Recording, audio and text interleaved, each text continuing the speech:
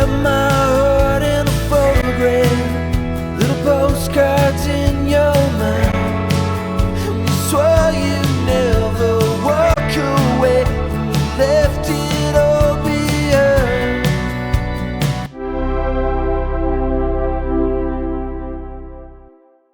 So don't you sometimes wonder how much difference it would actually make if you made a mix based on standard plugins, just the stock plugins of your DAW, versus using a pretty fancy console plugin like the Amek 9099 plugin from Plugin Alliance?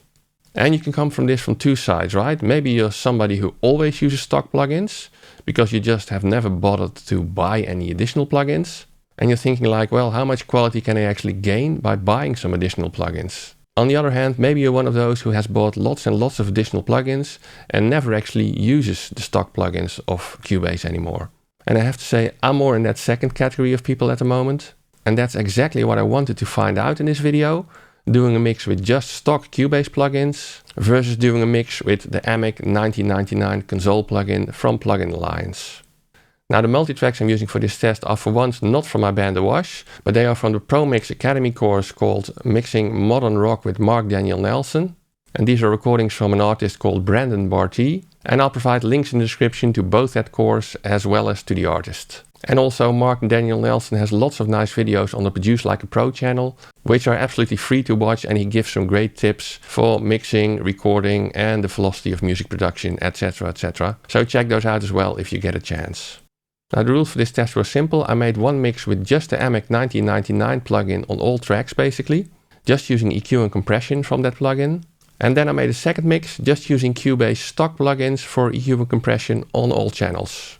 Now I also needed some simple reverbs and delays, and I made sure that I used the same reverb and delay plugins on both mixes with exactly the same settings as well. These are not the Cubase stock plugins by the way, but at least they're the same on both mixes.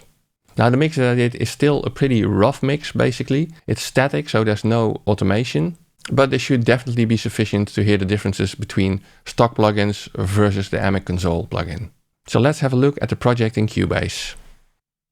So this is the Cubase project with just part of the song, one verse and one chorus. And I'm starting with my usual reference tracks, which also includes the mix done by Mark Daniel Nelson. And then there are 27 audio tracks in each mix. Now the actual multi-tracks of the course contain many more tracks, but I basically boiled it down to what I thought were the essentials to make the whole process a bit more manageable. But there are still 27 tracks in each mix. Now if I collapse all these folders, you can basically see that I do both mixes in the same Cubase project. For example, if I expand the Amek mix, you can see that I have a folder track for all the various groups of tracks that are in the project. Lead vocals, background vocals, guitar, acoustic guitar, etc. up to drums. And then I have a set of effect tracks, which I'm using for this mix. And I have the same setup for the standard mix. And you can see that I have two mix buses. One is the Amek bus. So all tracks from the Amek folder route to the Amek bus. And all tracks from the standard folder route to the standard bus. Effects are doubled as well because they also go through the mix bus. So I basically have reverbs and a vocal delay for the Amek bus, and I have reverbs and a vocal delay for the standard bus. Now if you want to see what kind of effect plugins I'm using a Seventh Heaven for room reverb. I'm using a crystalline instance for the snare reverb. I'm using another crystalline reverb for the plate for the vocals.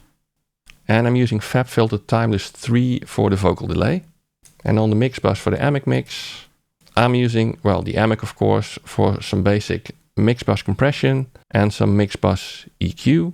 And on the effects channels for the standard mix, I'm using exactly the same plugins, except for on the standard bus, I'm using a vintage compressor for mix bus compression, and I'm using frequency 2 for mix bus EQ. Just a little bump in the lows and in the highs, which I normally do with a hardware compressor and equalizer, but since I'm used to this kind of setup, I'm now doing it in the box, and I basically mix into those plugins from the start of the mix. Now my process for doing this is my usual process, which means that I build up a mix track by track, starting with the kick drum, adding the bass guitar, then adding all the other drums. And if you want to get an overview of how I typically do a mix, I have a video on that of course, and I will leave a link in the description for that. Now because I'm building up a mix track by track, This allowed me to also go track by track, switching between the two mixes. So I always started by getting a sound for the track in the Amek mix, and then I switched over to the standard mix and then tried to get a similar sound for that track with standard plugins. And sometimes that meant that I had to set the equalization and the EQ exactly in the same way, but there were also a lot of tracks that I had to make changes to that to get a more similar sound.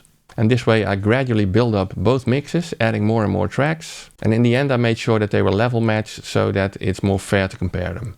Now before we have a listen, if you like this video, please give it a thumbs up for the YouTube algorithm and subscribe to the channel. It really makes a difference. And if you want to be notified when I publish another video, you can push the little bell icon. And if you want to support the channel even more, you can use the affiliate links in the description. If you click any of those links and then purchase anything in those shops, I get a small commission and it doesn't cost you anything extra. So that's highly appreciated if you're planning on buying anything. Anyway, let's now have a listen to the differences between these two mixes. So I've now expanded both main folders, the one with the Amek mix and the Amek bus, and the one with the standard mix and the standard bus. And I will now play the mixes and switch between the two buses in this way. And you may think, well, aren't all the rest of the tracks muted?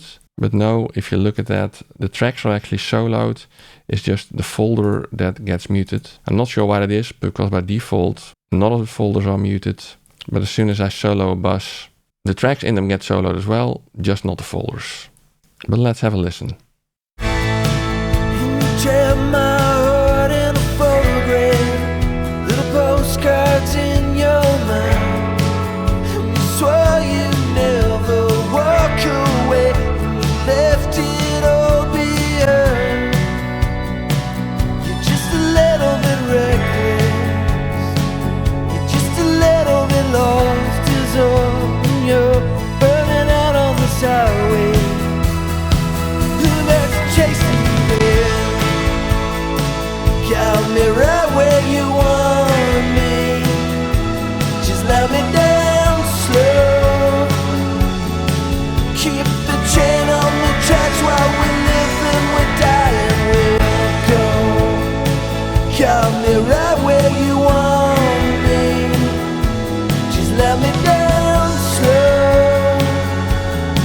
Keep the chain on the tracks while we live and we're dying, we'll. Now, as for a conclusion, first of all, I found this a very interesting exercise myself, because like I said before, I have a lot of different plugins, and that means I hardly ever use the stock Cubase plugins anymore. So it was a good reminder for me of what plugins Cubase actually has for EQ and compression, and how they actually work. And I'm also thinking about doing the same test to compare, for example, this Amek mix to a mix that I'm doing with an SSL console plugin, to see what kind of difference that actually brings in sound, and whether you can actually clearly hear the difference. Yeah, let me know in the comments if you're also interested in seeing those kind of comparisons. Now in between, when I was making these mixes, I let my girlfriend listen to the difference to see which mix she preferred. And she's not an audio engineer, so she's not into the very technical and nerdy stuff that we're talking about now. But she is very much into music, so I was very interested in hearing her opinion about which mix she preferred and why. And the funny thing is that as soon as I switched from the Amek mix to the stock Cubase plugin mix, she said, oh yeah, I like that better. It's much more crispy. Now I have to say that I wasn't quite done at the time with the mix yet, so I did still make some adjustments after she listened to it. Most notably to the drums, because I hadn't quite tried to match them up very well yet. But I still thought it was quite an interesting observation that she actually preferred the mix with stock Cubase plugins. Now I myself, I must say I still prefer the Amek mix, because I like the color that that console plugin provides, but I also have to say that the differences are not huge to me, not as big as I had expected at least. And to me it kind of demonstrates that it's perfectly possible to make a great mix with just the Cubase stock plugins. But I'm also very interested in hearing your opinion now. Which mix did you like best? From the intro, where I quickly compared A and B, which one did you like at that time? And later in the video, when I actually told you what the Amek mix and the standard mix was, which one did you like best then? Or did you not hear a difference maybe? And there's no right or wrong answer, of course, because it's all a matter of taste as well.